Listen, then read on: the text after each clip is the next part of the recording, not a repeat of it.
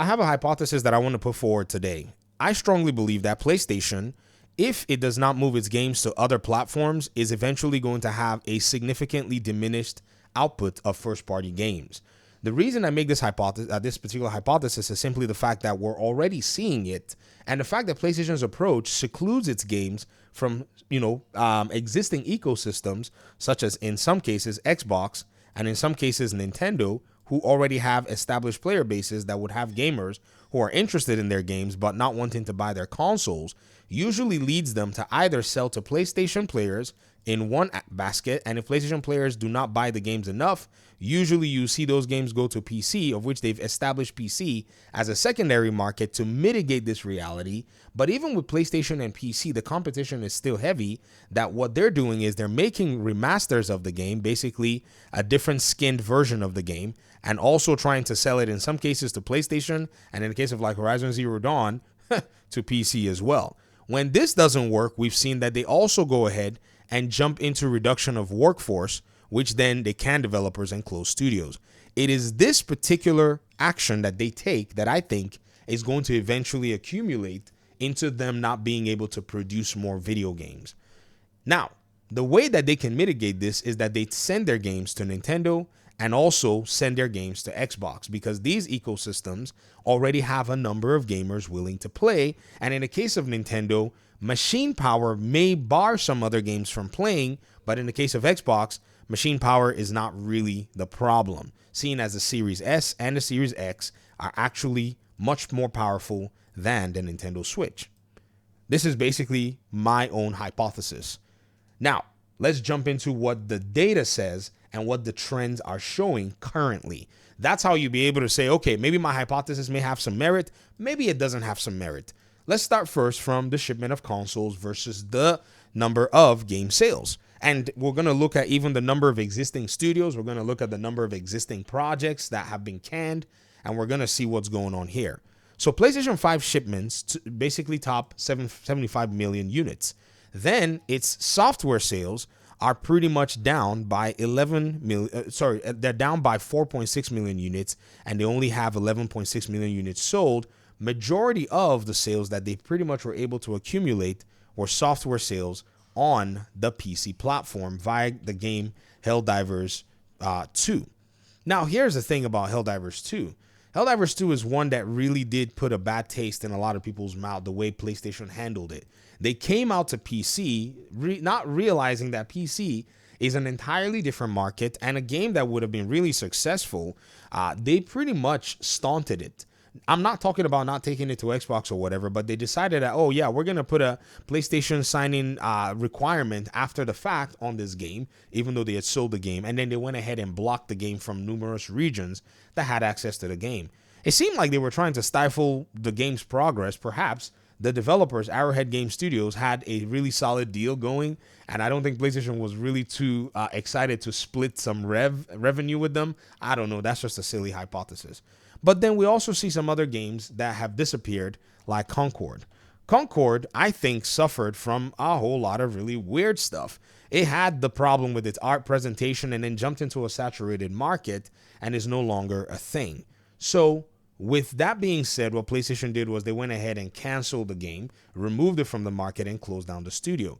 What has happened now is PlayStation's output in terms of games that could have benefited from is now significantly reduced because the manpower that's required to make these games, they've gone ahead and they've pretty much canceled that manpower.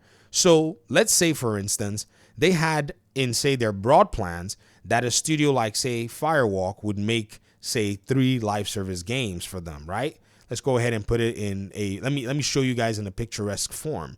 That they want to make 3 live service games, right? So we do this, and we're gonna go ahead and like just show y'all that these 3 live service games. Let's say they wanted to go ahead and make 3 live service games. Well, when they went ahead and canceled the studio, that particular reality is no longer possible. They can't do it anymore because they've gone ahead and they've pretty much canceled their project. They're not going to be able to do 3 live service games as they would love to do because it's not a reality for them.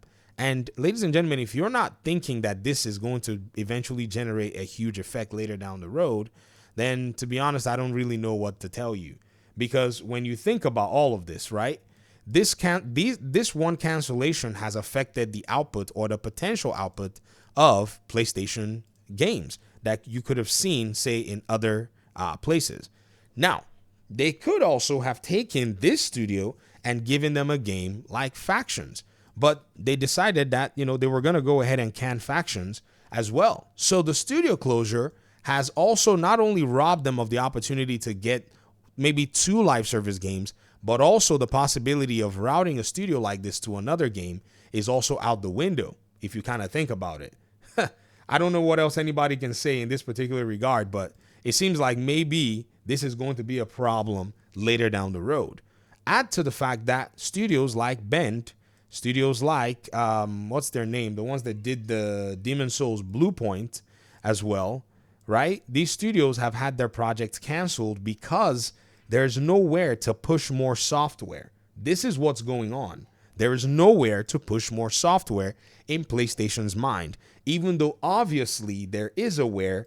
In their minds, they don't acknowledge that where is a place that exists, which is Xbox. They don't want to acknowledge it. In their minds, Xbox doesn't exist. That's what they're doing. They're playing this game of perception. The game doesn't exist. The game doesn't exist. Now, let me show you the reverse of this whole thing. Consider the game MLB the Show. This is one of the games that, for the most part, has been very contentious in the conversation. People have sworn that MLB forced PlayStation to go ahead and put that game on the Xbox console. In reality, though, the studio that's making that game, San Diego Studios, which is their name, actually has now the possibility of making not just one, not just 2, but multiple projects that will all be called MLB the Show A, MLB the Show B, MLB the Show C, MLB the Show D, MLB the Show E, MLB the Show F, and on. They're going to keep making games because they have somewhere to sell those games. So if PlayStation did not want to go ahead and do that, MLB apparently is much more business savvy than they are. So for those of you who keep saying that MLB forced them, what you're admitting is that PlayStation is actually bad at doing business in that regard, of which I don't think that MLB forced them. I think they were happy to do it because they knew that if they did so, there was going to be the potential for them to keep making games. And guess what? Their studio, San Diego Studios, was going to remain in business with developers still being there to make games. If PlayStation, and this is my hypothesis, does not replicate this particular pattern that they have been given or forced into by MLB, their games and the number of games that they were supposed to put will eventually start to dwindle and start to diminish.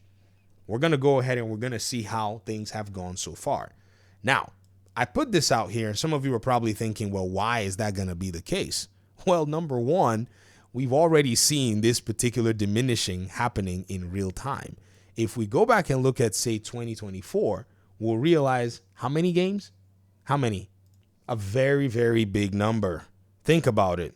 They went ahead and they canceled God of War, a live service game that was being developed by Bluepoint since 2022, 3 years of development, a sci-fi live service game by Bend, 4 years into development, Twisted Metal live service game previously leaked, worked on by Lucid Games, moved to Firesprite before being canceled in 2024. The Last of Us multiplayer canceled by Naughty Dog. Spider-Man live service game from Insomniac. Unknown live service game from Deviation Games since 2021 canceled May, and the studio was shut down in 2024. Another live service game, First Strike, that would have also been a Deviation Games development since they were a support studio. And the news of cancellation happened the same day the news broke of them laying off 80% of their staff in May 2023. Nothing's been confirmed. Operation Payback, which is from Bungie, which was being in development since 2022, and also canceled back, thought to be Destiny 3. Also, they canceled a fantasy live service game from London and also shut down the studio afterwards in 2024. This is already what's going on within PlayStation right now. My hypothesis so far has a very, very strong backing in terms of the current trend, seeing as all these games that were listed on that subreddit group Because PlayStation is not able to deploy current games or refuses to deploy more current games, which is a revenue stream for them to make future projects, because those projects aren't going to appear out of thin air. Money's got to be made somewhere. And yes, maybe they may be depending on the live service games to do it, but it doesn't seem like the live service games are cutting it. If the live service games were cutting it, these studios will still be here and these games will still be made. Some adjustment has to be made for PlayStation's business plan and business proposition to be viable across the board. So far, so good. I think I've made my case as to why PlayStation would need to deploy more software, first party, because again, there's a limit to how much third party earnings they can get. Not only is there 75 million console unit sales, even if it were to double, it would not mean much, as most gamers are playing free-to-play games and most players are playing other games that belong to other people, while PlayStation is taking the scraps on 30%. If the 30% scraps were enough, and some people will say, but it's 30% free and clear. If it was enough, though, if it was enough, why would these games all be canceled? It's obvious that there was not enough 30% to fund them. Talk to me in the comment section. Peace out.